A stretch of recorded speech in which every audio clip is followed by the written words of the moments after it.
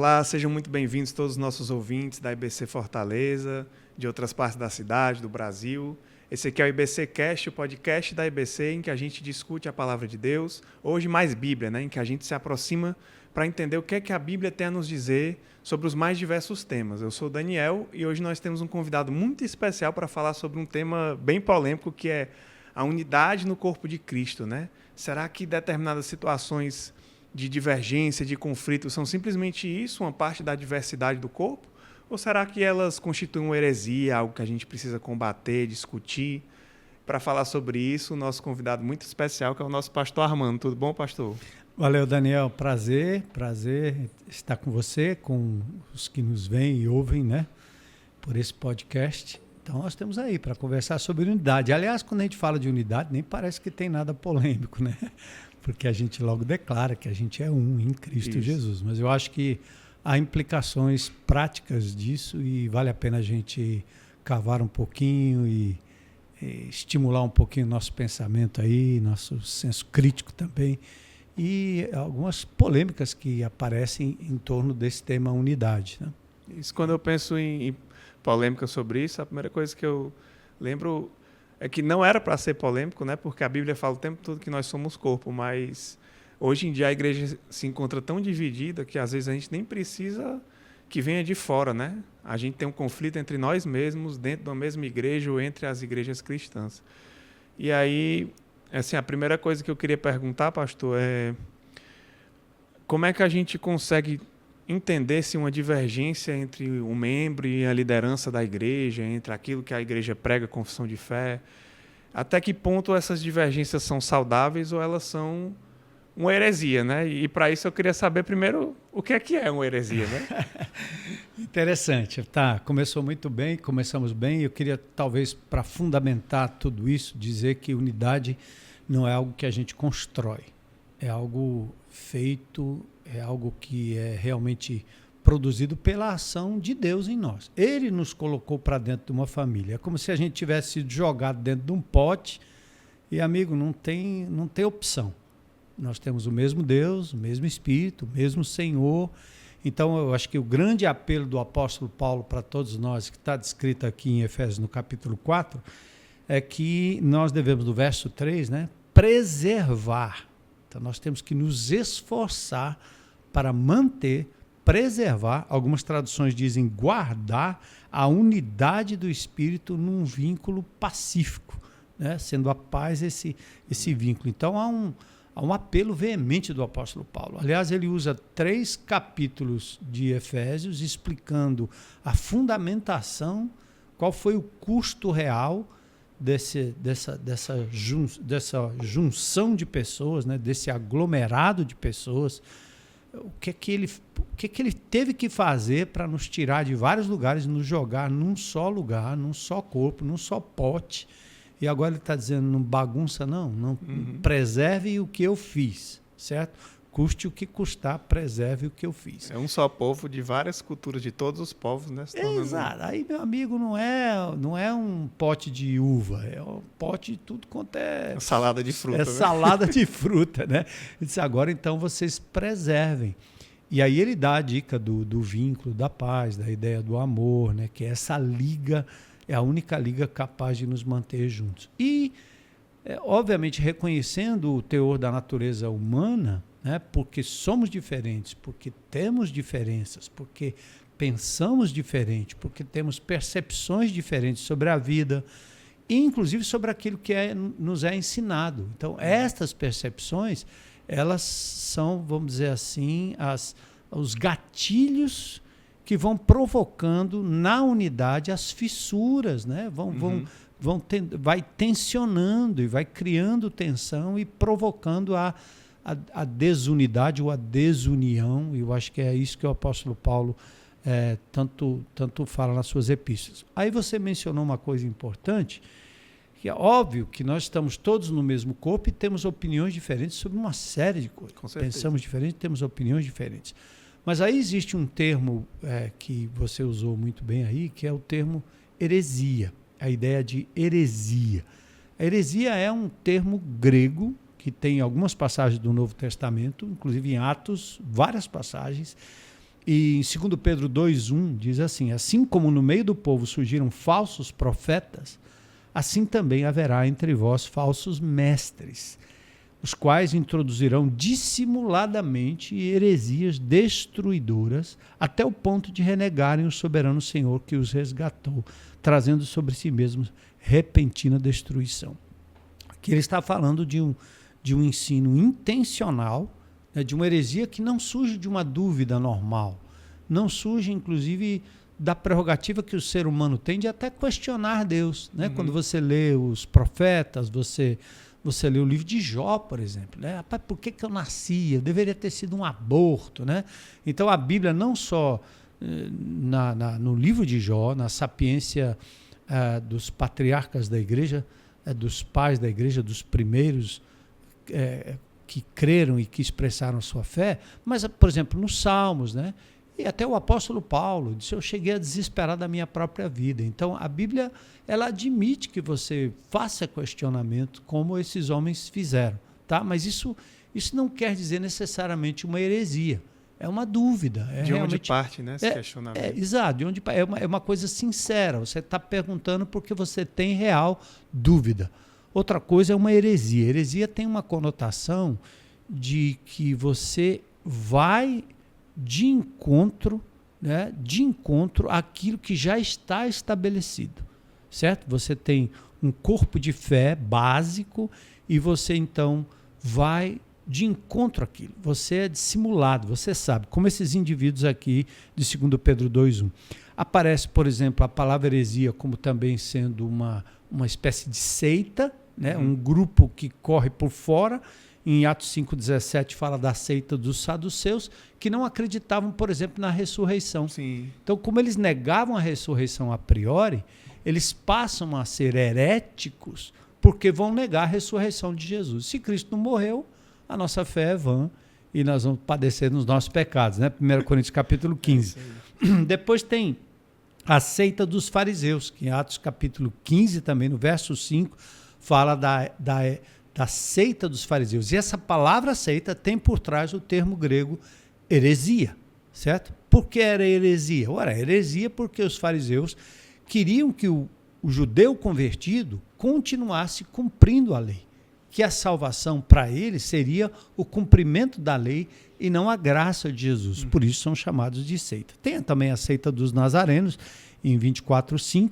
Em 24:14 é interessante que até os cristãos eram considerados como heréticos diante daquilo que já estava estabelecido. Era uma seita do judaísmo. Né? Exatamente, uma seita do judaísmo. Então, os judeus agora, julgando o apóstolo Paulo e os primeiros cristãos, nos consideravam heréticos. E assim, o 1 Coríntios 11:19, o apóstolo Paulo também chama a atenção para o fato de que quando você cria deliberadamente uma facção dentro da igreja, quebrando a unidade, fazendo oposição a uma autoridade constituída, no caso nós estamos falando dos pastores, presbíteros, né?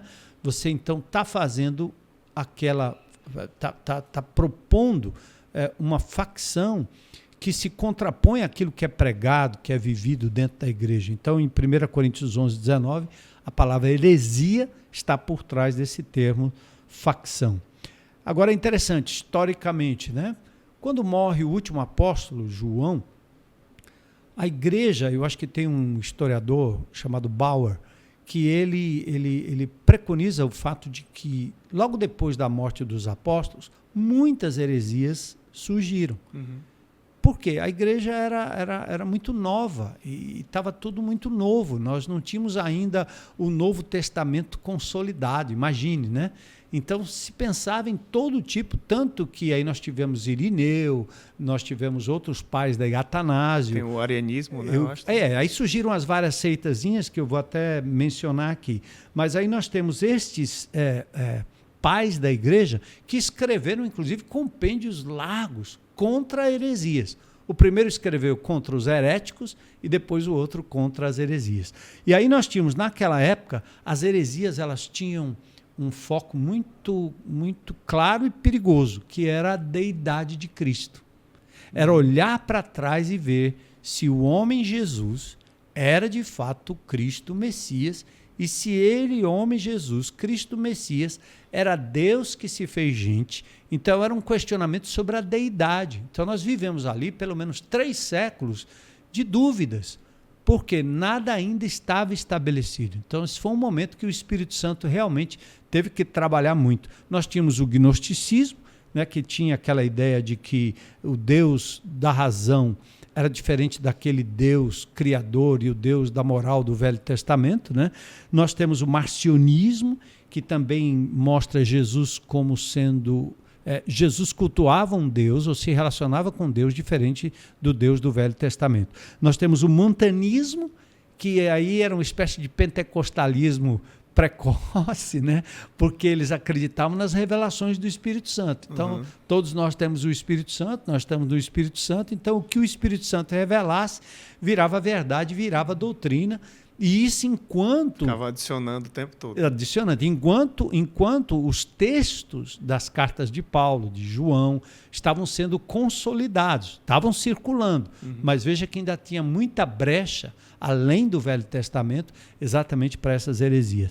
Tem o chamado adocionismo, que negava que Jesus não seria o Filho de Deus, né? Mas diziam que ele foi adotado no momento do batismo, da crucificação e da ressurreição. O docetismo, que era a espécie de... Isso aí eu menciono muito isso, às vezes, no culto, que o docetismo é aquela ideia de que o que vale é o Espírito. Então, Jesus era um Espírito tão puro que ele não poderia ter encarnado. Então, a encarnação de Jesus era uma ficção. Tem uma heresia medieval que é dos cátaros, né? Que tinha uma ideia parecida. Eles eram contra a carne a todo custo, então eles achavam que tinham que destruir, chegavam alguns até a cometer suicídio, né? Exatamente, automutilação e etc, né? Então, aí, como é que a ortodoxia foi se consolidando em cima desses posicionamentos que a gente hoje sabe são heresias, certo? Sim. Mas surgiram no momento em que a igreja ainda infante, ainda nos seus primórdios, estava tentando construir uma base de fé. E daí você começa a ter não só os concílios, mas você começa a ter as confissões de fé que vêm daquela época, né? Como o caso do credo apostólico. Creio em Deus Pai Todo-Poderoso, Criador dos céus e da terra, né? Então você vê esses credos apostólicos, eles vão consolidando o que é a ortodoxia, o que é que a gente deveria crer. Então, quando você destoa daquilo, aí sim você passa a alimentar uma heresia. E assim foram os concílios, né? Eu falei aqui de Tertuliano, que tem o seu compêndio contra os heréticos, e depois nós temos Irineu contra as heresias. Entre aí o 1º século, o 2º século, o 3º século, o 4º século e etc. E depois as heresias medievais, que também inclui esse que você falou, dos cátares, né? Os paulicianos, os bolgomios, os petrucianos, os valdenses, os lollardos. Então esses camaradas, eu acho engraçado, antigamente eu li um livrinho chamado Rastro de Sangue dos Batistas Regulares, porque eles acreditavam que nós não viemos da reforma protestante. Nós tínhamos um rastro de sangue, um veio de fé que antecedeu. Só que dentre estes que formaram o elo da fé entre os apóstolos e a reforma, nós tínhamos aqui esses indivíduos que criam em coisas absurdas também, né? Além de preservarem a fé, e eu até acredito que Deus, ao longo do tempo, através do Espírito Santo, foi refinando a fé dessas pessoas. Enfim, eu acho que aí a gente pode passar para o aspecto mais prático, né? Mas Paulo, por exemplo, fala lá em Gálatas 1:9, assim como já vos dissemos, agora eu falo de novo, se alguém vos anunciar outro evangelho além do que vocês receberam, sejam anátemas, e essa palavra está muito ligada à ideia de heresia, né? O que é anátema, aquilo que é impensável, aquilo que é uma blasfêmia, você então tentar defender algo que está fora da ortodoxia. E talvez uma coisa importante agora, para trocar em miúdos e não ficar aqui só na ideia um pouco mais profunda, é que a grande verdade é que nas Escrituras nós temos verdades inegociáveis, né? São verdades inegociáveis. E eu acho que hoje, quando a gente pensa em heresia, não é se eu tenho uma opinião sobre, por exemplo, a cronologia da escatologia. Se eu acredito que Jesus vem antes da tribulação, no meio da tribulação, no fim da tribulação. E quando você também acredita, tem crença sobre usos e costumes, em que a gente pode divergir, a gente pode ter diferença de opinião sem necessariamente significar uma heresia. Né? Então, a heresia ela é fundamentalmente um desvio da sã doutrina estabelecida nos seus fundamentos básicos. Vamos lá, deidade de Cristo, morte vicária de Jesus Cristo, né? A ressurreição de Cristo, o retorno de Jesus Cristo, não necessariamente a data, a época, o momento e etc. Então, a salvação pela fé em Cristo Jesus, não pelas obras, que aí se torna uma heresia, uma falsa doutrina, um outro evangelho ou coisa do tipo. Tá? Então, agora, tem que diferenciar isso de opinião. Por exemplo, vamos pensar aqui em Romanos capítulo 14, né? Onde Paulo fala sobre a tolerância do fraco da fé. Ele diz, quanto ao que é fraco na fé, recebei-o, mas não para condená-lo em questões discutíveis. Então, Paulo admite que há questões discutíveis. Um crê que tudo se pode comer e outro que é fraco come só legumes. Eu acho que eu sou fraco, eu gosto de comer verdura e legumes, né? Mas o que é que está acontecendo aqui? A carne que se consumia era sacrificada aos ídolos, como a galinha na encruzilhada, né? Como ou não como? Porque foi dedicada a um Exu aí, a um santo desse aí. Então, o indivíduo é como a bebida, né? O camarada que teve problema com bebida, ele diz, abstemia, ou ser um abstêmio é a melhor coisa. O outro não, ele acha que ele pode tomar uma dose controlada, ele vai tomar 1 copo, 2 copos, 3 copos, e ele está controlado, ele vai parar ali e está tudo bem. O apóstolo Paulo coloca essas coisas dentro desse rol de opinião. O que come não despreze o que não come, e o que não come não julgue o que come, pois Deus o recebeu por seu. Quem és tu que julgas o servo alheio? Né? Para o seu próprio Senhor ele está em pé ou cai? E estará firme, pois poderoso é Deus para o firmar. Um faz diferença entre um dia e outro dia, né? Um guarda um dia, outro guarda o outro dia, mas o outro julga iguais todos os dias. Cada um esteja inteiramente seguro em sua própria mente. Aquele que faz caso do dia para o Senhor o faz, e quem come para o Senhor o come, pois dá graças a Deus e etc.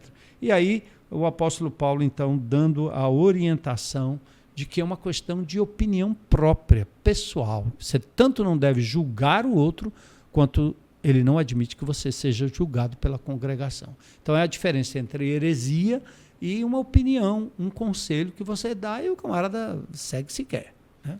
Pastor, continuando nesse rumo da prática, primeiramente, né, você que está em casa, você acabou de ter uma verdadeira aula aqui, né? E aí, então eu entendi assim, que como o senhor falou antes, o corpo de fé, né? Nós temos um corpo de fé fundamental, que é aquilo que é inegociável, né, para nós. Sim. Mas olhando também para o passado da igreja, a gente vê que até a própria igreja institucional já considerou certas coisas heresias que nós mesmos não consideramos, né? Tanto que até tem historiadores que falam dos, não sei se é pré-reformadores que chamam, né? Como Sim. o senhor falou, né? Que são os valdenses, né? Que tinha crenças que coincidem com crenças protestantes, né? Crenças que nós temos hoje e que foram perseguidos, né? E tudo mais, enquanto outros já tinham coisas que a gente também condenaria. Mas a gente olha hoje em dia, tem igrejas que, por exemplo, dizem que a mulher deve usar o cabelo grande, não deve usar calça, senão a pessoa não pode ser membro. Vai ter igrejas que diferem em aspectos da salvação. E então a gente tem, por exemplo, questões de costume, sei lá, sexualidade, né? Vai ter uma igreja que é mais liberal. A gente tem questão, eu digo aqui que a mulher pode usar calça, outro que não pode, que tem que cortar o cabelo assim, assado, pode tatuagem, não pode. Um é calvinista, outro é arminiano e por aí vai. Tá. E aí tem as que vão dizer que Jesus não é nem Deus e outras coisas assim. Como é que eu vou... Então, como é que eu identifico qual é esse corpo fundamental? Rapaz, se a pessoa falar isso aqui, isso é perigoso, então não, isso é só a opinião dela. Como é que eu diferencio hoje o irmão que come carne do que não come, por exemplo, e uma situação em que a gente olha, não, isso aqui não é admissível. De novo, embora o critério seja respeito, quando a gente fala de aceitação, é só compreender que a pessoa pensa diferente, Sim. a igreja é diferente, seus costumes são diferentes, tá? Mas, por exemplo, eu teria muita dificuldade, aliás, acho que antes de responder, eu queria pensar assim, que existe um corpo que é um corpo de doutrina básica fundamental. São os fundamentos da nossa Sim. fé e prática. Eu acho que cada igreja deveria ter isso muito bem declarado. Nós já tivemos e até temos, tá certo? E nós precisamos realmente continuar declarando Sim. isso cada vez mais. É tanto que o ano passado, e nesse movimento do Mais Bíblia, nós estamos fazendo com que a nossa teologia, com aquilo que nós cremos, seja conhecido. Nós começamos o ano na série Eu Creio, né? Uhum. Eu creio, eu creio. Então, essa ideia de eu creio é exatamente para fundamentar aquelas coisas que são inegociáveis. Então, peraí, se eu tenho uma igreja ali na esquina que diz que Jesus Cristo não é Deus, mas ele é um Deus, então eu não posso chamar esse indivíduo de irmão e nem achar que está tudo bem. Não está tudo bem. Eu posso respeitá-lo, eu não preciso atacá-lo, tá certo? Claro. Mas nós temos uma seita que é considerado, aí é considerado seita. Nós temos uma seita que todos conhecem aí, os chamados Testemunhos de Jeová, que eles têm uma tradução, a tradução Novo Mundo, que é uma tradução que deturpa, eles deturpam, eles mudam um artigo definido por um indefinido. Né? No princípio era o verbo, e o verbo estava com Deus, e o verbo era um Deus. Então aí você tem a palavra distorção, né, ela nem é correta, né? Tem uma torção, mas vou usar o termo distorção. Você tem uma distorção do texto bíblico e é proposital, Sim. é malicioso, é ruim, não faz jus ao documento histórico. Então, se o indivíduo está mudando um artigo para dizer que Jesus Cristo não é Deus, ele está negando a deidade e lá João condena. Então, o Espírito de Deus não está nesse cara. Eu não posso acreditar que esta seja uma igreja cristã, embora ele postule ou pregue ou ensine os 300 mil outros mandamentos que coincidam com os meus. Percebe? Não tem negociação. Como não tem negociação com o espiritismo. Por que não tem negociação? Embora eu tenha amigos espíritas, embora eu já preguei em centros espíritas, quando sou convidado eu vou e prego com todo respeito, sou muito respeitado por eles, tenho grandes amigos que são políticos, outros são radialistas, são espíritas, mas nós temos uma diferença fundamental. Quer dizer, a diferença entre Jesus é uma reencarnação ou é uma ressurreição? E aí, quando você diz que Jesus não ressuscitou, ou você nega a eficácia da ressurreição... muda completamente toda a palavra. Pronto, muda tudo. Muda a salvação, muda o sacrifício vicário, muda a suficiência do sacrifício de Jesus. Aí não dá, amigo, não tem como. Agora, vamos lá. A tendência mais arminiana, que aí é o nosso caso agora mais difícil, mais complicado, mas vamos lá, né? Eu falei sobre isso agora há pouco ali numa ilustração. Os pentecostais geralmente têm essa base mais arminiana, ou seja, eles acreditam que a salvação pode ser perdida em função de alguns textos, mas ao meu ver é também muito em função da ideia da manutenção da santidade na vida do crente. Sim. Ele não quer dar chance do crente pecar deliberadamente. Sabendo que já está salvo, já está condenado, não tem jeito. Exatamente. Ele é induzido a pensar que não pode pecar, porque se ele pecar, Deus pune. E a punição é no alto grau de severidade. Sim. Não é só uma correção. É como se um pai dissesse assim, não erre meu filho, porque senão eu vou te deserdar. Você vai embora de casa amanhã. Não erre meu filho, porque senão eu vou lhe dar umas palmadinhas, né? Na época que era permitido. Então, quando eu olho para o mundo pentecostal, eu ainda quero considerá-los meus irmãos, eu quero acreditar que Jesus vai perdoar essa baboseira teológica, que eu não acredito, sinceramente. Não consigo chamar isso de uma heresia e consigo olhar para eles e dizer, são meus irmãos em Cristo. Eu acho que é só um mau uso, uma má interpretação das Escrituras e mau uso de alguns textos. Então, primeiro, nós estamos falando aqui de base doutrinária, certo? É doutrina, Então, heresia em relação à doutrina, opinião diferente em relação à doutrina básica, amigo, aí não. Agora, vamos lá. Existe a divergência em relação a costumes. Aí você está falando de usos e costumes. A calça comprida, não calça comprida, o cara usa Deuteronômio 22:5, né? Que o homem não é permitido usar traje de mulher, nem a mulher traje do homem, né? Aquilo é uma interpretação completamente errada de um texto bíblico. Mas tudo bem, se ele pensa assim, não é problema, é meu irmão em Cristo e fica lá com sua calça ou com sua saia e eu fico aqui com a minha calça comprida e estamos resolvidos.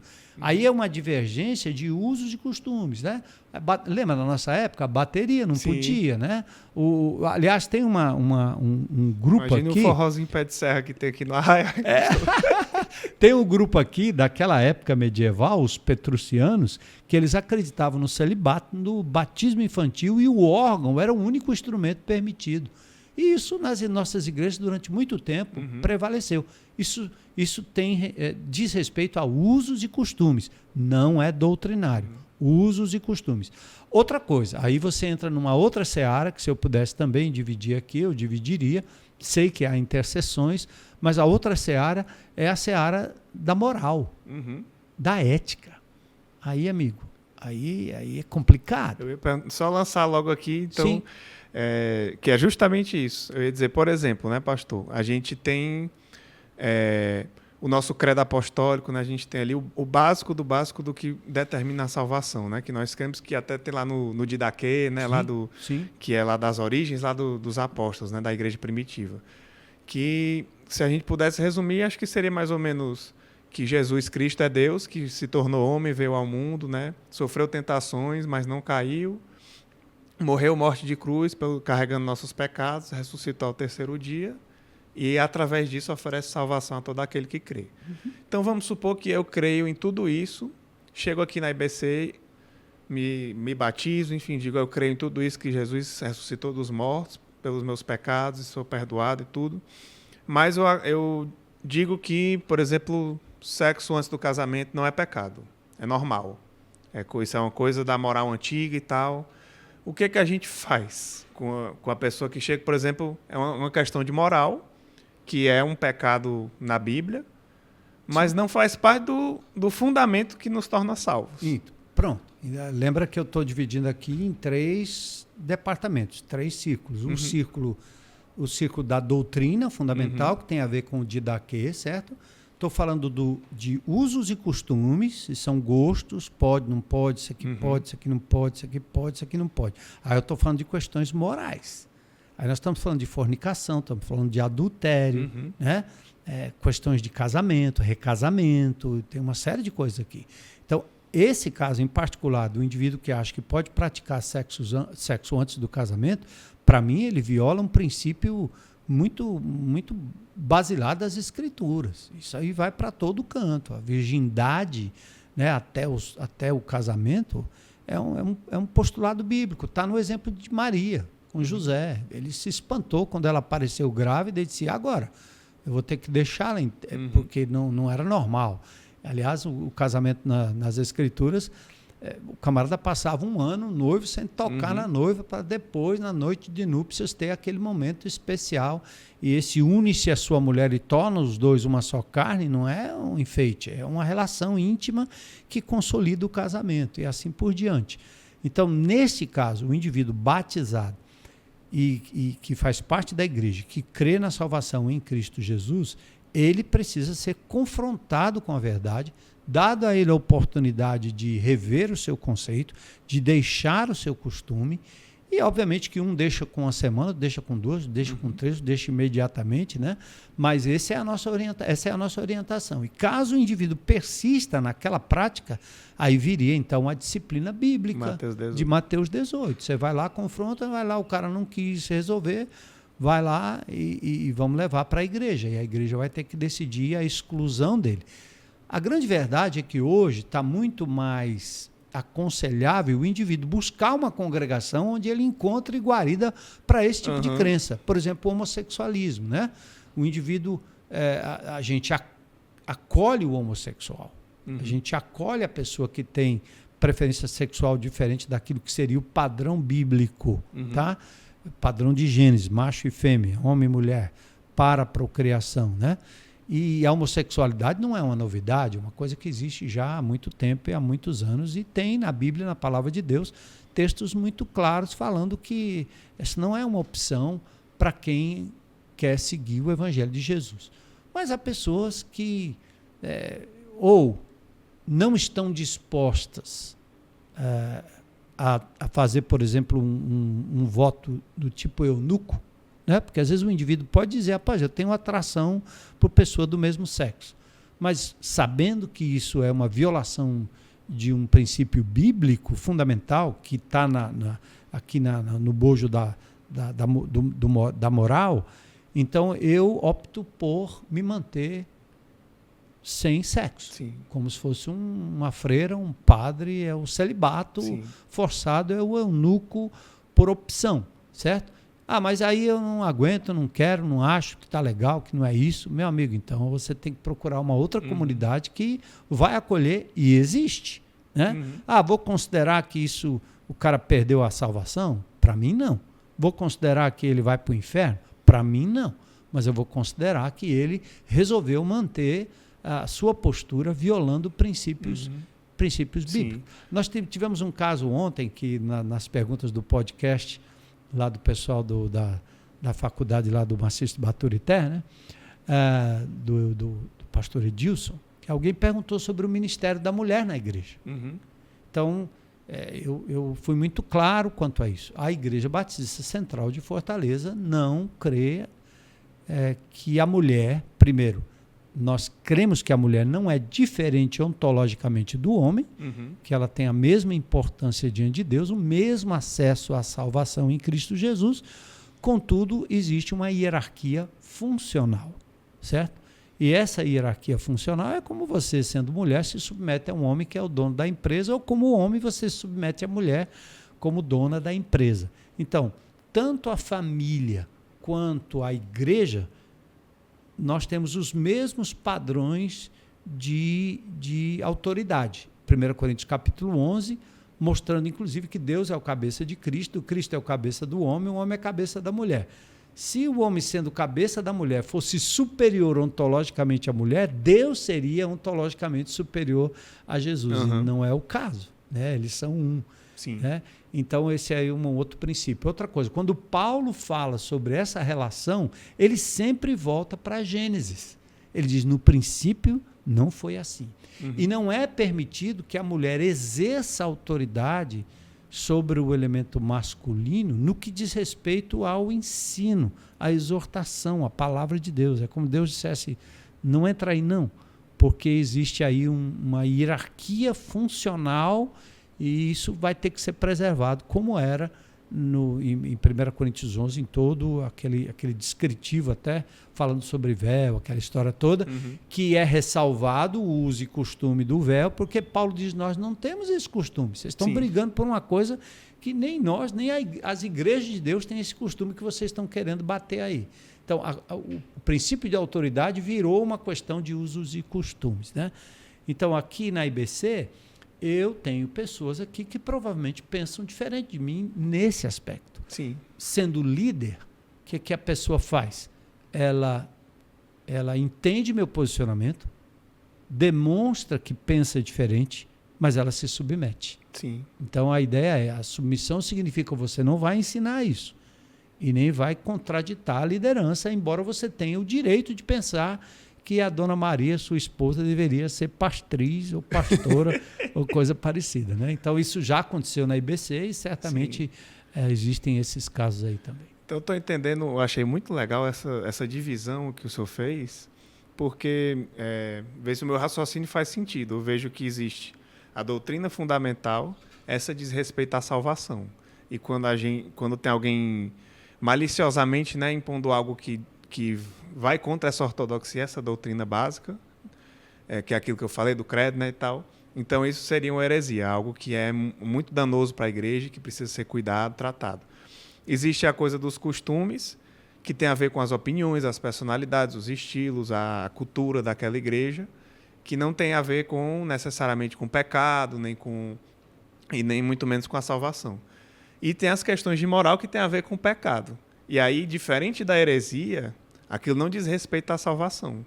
Mas pode ser que um irmão divirja na moral e através do ato dele pecaminoso, ele seja não um herege, mas um irmão em pecado. Né? Então, agora eu estou visualizando isso, achando muito legal poder entender isso, porque eu vejo a diferença entre aquilo que a heresia, que é, isso aqui a gente não consegue nem dizer que é um irmão. E esse outro, como o senhor falou, não concordo com o pecado dele, nós precisamos tratar. Se a pessoa não quer tratar, não quer cuidar, não quer resolver, procura uma comunidade que aceita aquilo. Nós entendemos que aquilo não faz bem para você, mas não quer dizer que você perdeu a sua salvação por isso, né? Que você deixou de conhecer a Jesus se você crê naquilo que é fundamental. E Jesus é muito misericordioso. E talvez aí haja uma distinção técnica interessante entre heresia e apostasia.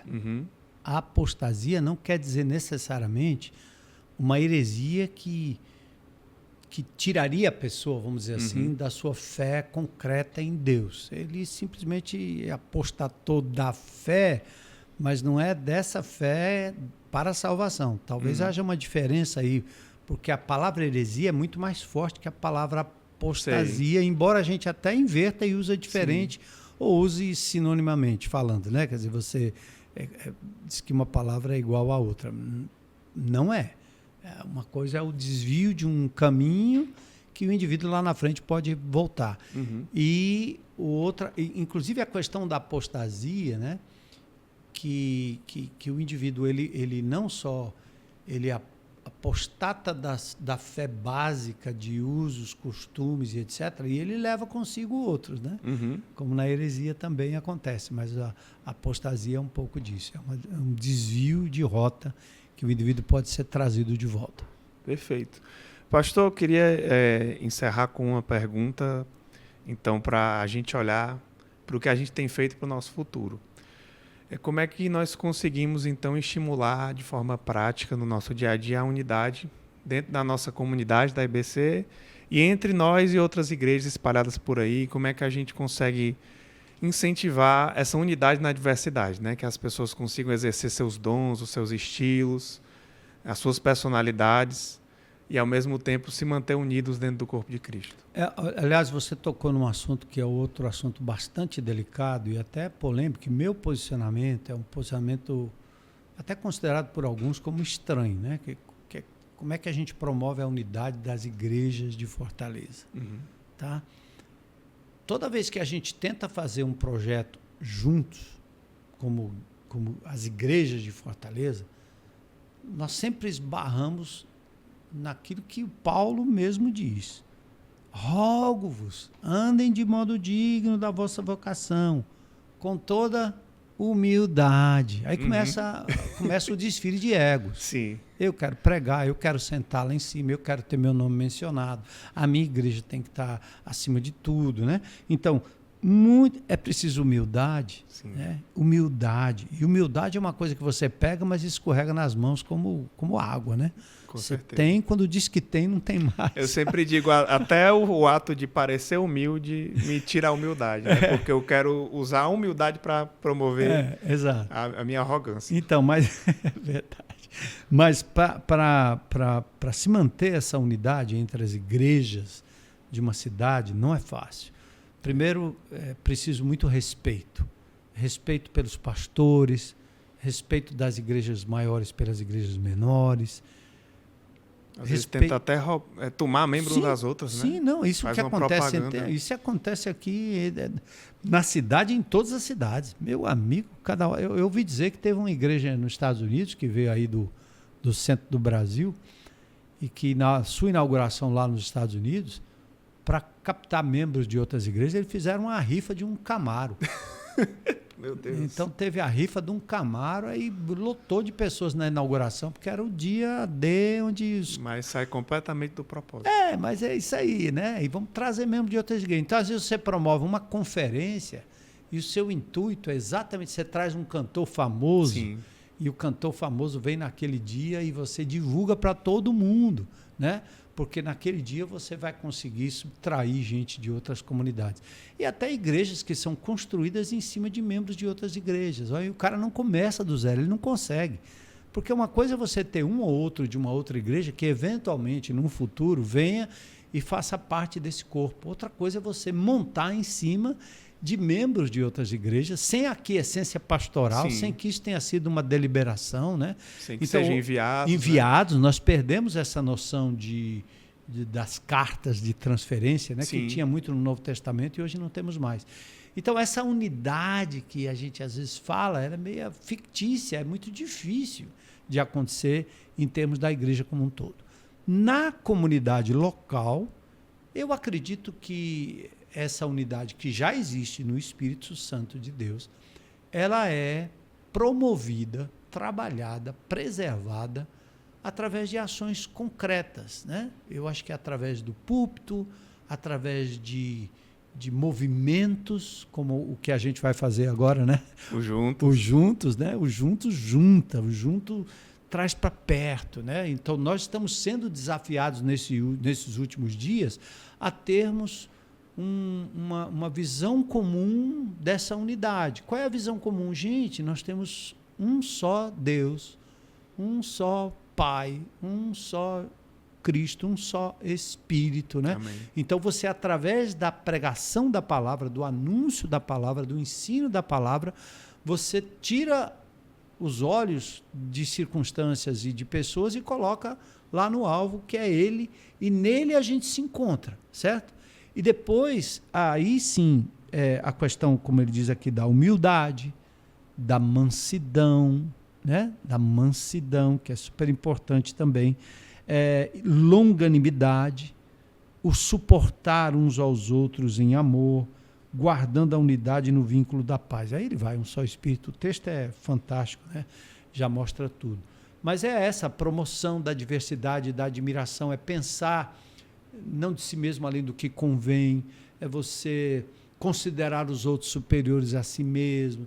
E é essa coisa de que nós somos um corpo e que nós dependemos uns dos outros. Então, ao meu ver, em primeiro lugar, é ensino, é palavra de Deus, é o profeta falando, né? Seja qual for o meio, e esse é um meio que a gente está utilizando aqui, Sim. E a igreja investindo em, não é bem programa, mas são momentos, eventos, são oportunidades do exercício dessa unidade. Facilitando o relacionamento, Pronto. Né? Facilitando a comunidade. Exatamente. Então, quando você tem um campus onde as pessoas chegam, sentam próximas umas das outras, quando você tem um campus onde você tem, como me perguntaram ontem, como é que vocês lidam lá com os adictos? Tem um programa especial? A igreja toda é adicta, né? Porque o cara é adicto de drogas, adicto de sexo, adicto de dinheiro, adicto de uma série de coisas. Então, quando você junta essas pessoas num só lugar, por isso é importante o grande ajuntamento e o pequeno ajuntamento, você está promovendo unidade. Quando você diz, nós vamos invadir a cidade, você está promovendo unidade. Quando você aponta que o inimigo não é o outro, mas é aquele que está por trás, você está promovendo unidade. Então, eu acho que essas são as formas, né, de respeito mútuo, de reconhecer que eu preciso de você, você precisa de mim, você tem dons que eu não tenho, nós nos complementamos. Então, acho que são essas coisas lindas aí que todo o Novo Testamento é permeado aí de princípios e valores que ajudam a gente a promover essa unidade. Amém. Eu percebi que muitas das coisas que o senhor falou são parte do fruto do Espírito, né? Total. Quanto mais a gente imita Jesus, deixa o Espírito Santo falar, naturalmente a gente vai encontrar unidade, né? Sem precisar de uma fórmula mágica. Sim.